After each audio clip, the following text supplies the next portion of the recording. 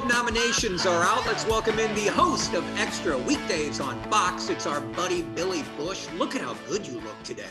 Thank you, Pete. I'm feeling good. Welcome to my office here at Extra in Burbank, California. No doubt you didn't know the Golden Globe nominations were coming out. And between us, I totally forgot. I was like, what? The Golden Globes are out? What's happening? Like, I remember the day before.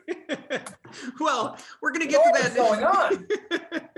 We'll get to that in a second. I want to ask you about the Super Bowl, first of all. What'd you do for the Super Bowl? I bet $500 on Tom Brady.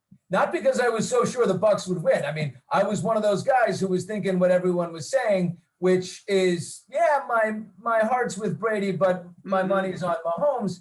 But I didn't want to be caught not betting on Brady. I don't want to be caught deserting my fellow middle-aged man. I don't want to be a traitor. Tom Brady is and for middle-aged guys like you and me, he is a hero to us. That guy's midlife crisis is continuing to dominate the NFL. Oh my gosh. I completely agree 100%. You bought a Lamborghini. He decided to continue dominating his sport. Right. I bet on Brady and I knew he was going to win because winners find ways to win and he is the GOAT. He is. People are like, there's no way Brady's going to do it. Mahomes is going to take it. And you have to remember, defense wins championships. I've said that a million times on the radio. Defense wins championships. And what happened? Defense was the co-MVP on Sunday. And I think Tom tipped it off, in the media day the week before when he said, look, we're getting better. Trust me, I'm in these practices. Our team has not peaked. We are getting better and better and better. Right. And I think in those 2 weeks, they got twice as good. What'd you think of the halftime show, the Weeknd? You know what? I'm impressed. I thought it was terrific. But I remember saying, okay, I was in the room with 10 people and I said, okay, here's the thing. I'm going to say it was great. You're all going to agree with me. And tomorrow, some people are going to get on the internet and change that narrative to, oh, it was terrible. He didn't do this. He didn't do that. It was so boring. I thought it was fantastic. I thought he was good, but I understand he's got 5 number 1 hits, but I don't think The Weeknd is a big enough star to just sing on stage. Let's compare this to J-Lo last year. Besides Jenny on the Block, how many J-Lo songs do you know? I know 0. I know one of her songs, but she's a performer. On the floor. Yeah. But Billy, she had dancers with her and it was a show. I wanted to see more of a show when he went on the field with the guys in the masks and they were dancing around in the red coats. I like that, but I mean, it was fine. He's not a great dancer. Nobody got the Super Bowl bounce like Bruno Mars, right? Remember when Bruno did it? Yes. I mean, the guy had like 8 backup dancers, his brew crew or whatever the heck they are. They were in absolute lockstep. Their formation was so tight. The Weeknd did not dance. He had some cool, things. He spent $7 million of his own money. I respect that because he knew it was a big moment in his career and he invested in himself. Does it pay off? Probably. I don't know. What did he spend the $7 million on? Mirrors? Seems like there were some mirrors and a lot of extra gold mirrors. I got a guy here in Chicago. I could have got him a great deal on that. Oh, I know that guy. Yeah, right off the back of the truck there. Yeah, right there on the like corner. Tony Soprano of Chicago, selling suits and mirrors at the back of a truck. Right, Wacker and Wells, right on the corner. The Golden Globe nominations came out. I watched the Trial of the Chicago 7. That is such a great movie. And Sacha Baron Cohen, I couldn't believe his performance, how good he was. You know who he sounded like? His Abby Hoffman sounded like Christopher Walken. He's like, I don't know. I'm on the stand. You guys. That's right. I said, is this Christopher Walken impersonation? Place it. It was unbelievable. And then nominated for Borat as well. I have to say, right.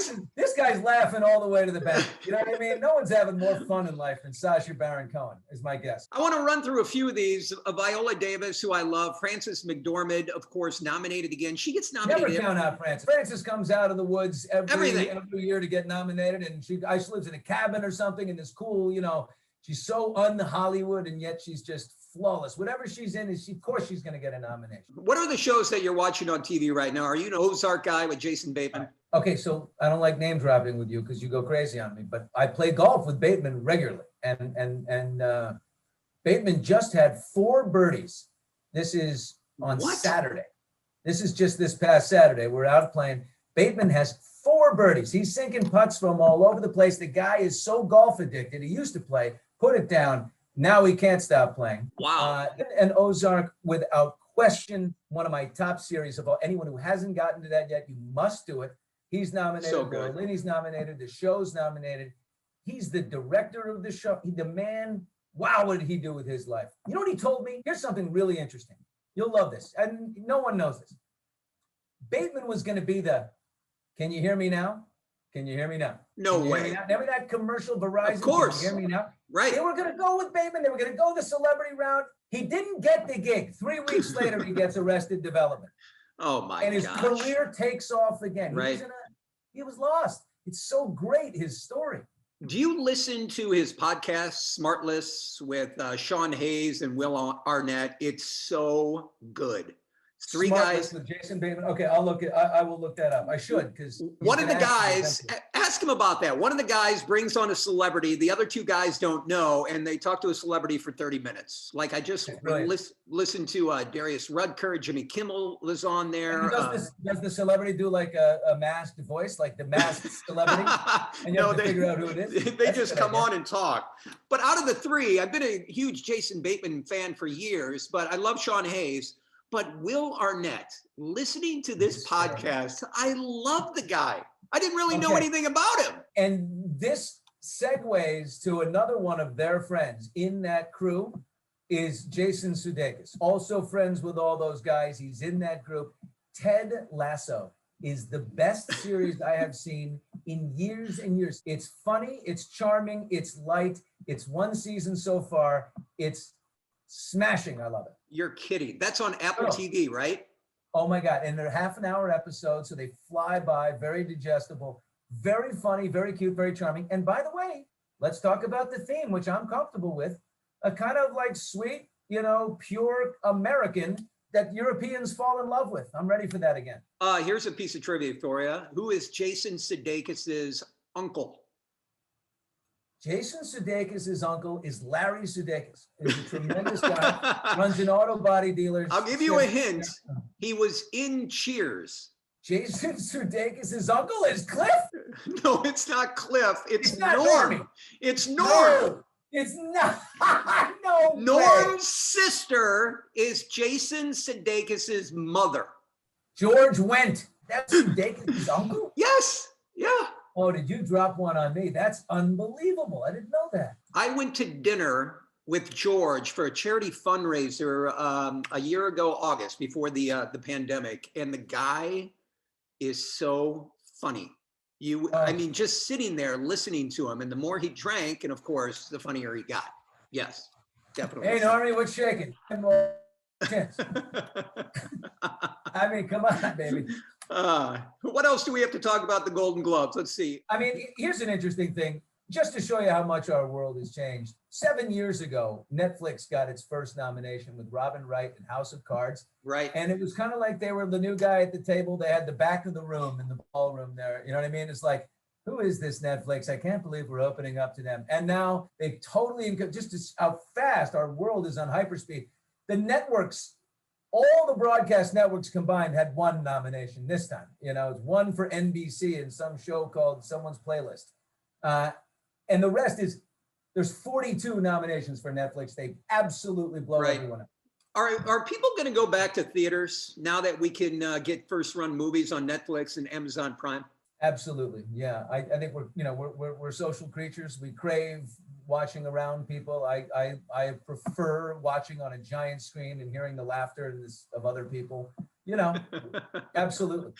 Not me. I would love to sit in my living room and watch. Did you buy some AMC while you were buying GameStop? So I mean, a few more things I want to talk about. Brian Cranston. They're putting all new leather seats in right now. They can't believe what happened. I hope so. I hope they're repainting. They have bars here in Chicago, so you can drink and take your beer inside and sit in a recliner. Chicago never lets us down.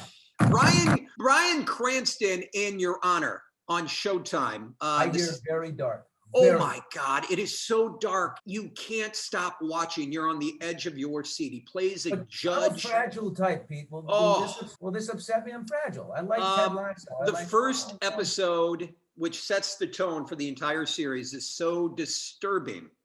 And the first 15 minutes is so disturbing, but it is very dark, but he is great in it. I love me some Bryan Cranston, even in a Ford commercial. So and Breaking Bad, one of my absolute tops of all time. How are they going to do how are they going to do these awards? Is it going to be virtual again? If it is, I'm not going to be in the waiting room. I'm done with the virtual. I'm not. No, thanks. It's not worth it. No, send me down there in a beekeeper's suit with a boom microphone and let me go at it with the famous people. I can't do the Zoom. Billy Bush, it's good to see you, Billy.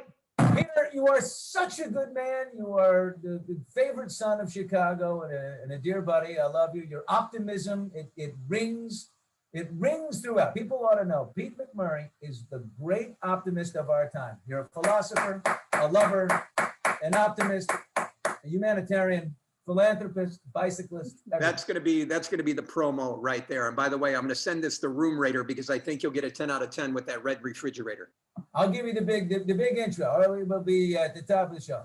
All right, Chicago, let's get ready to party. Here he comes, the world's greatest humanitarian, optimist, cyclist, philanthropist. Everything else is Pete McMurray. And then out comes Pete running out of the tunnel. I love that. Mm-hmm. Such a great guy, dude. I love you. Thanks, Bushy. I love you too. I'll talk to you soon. Huggies, Stretch. See ya.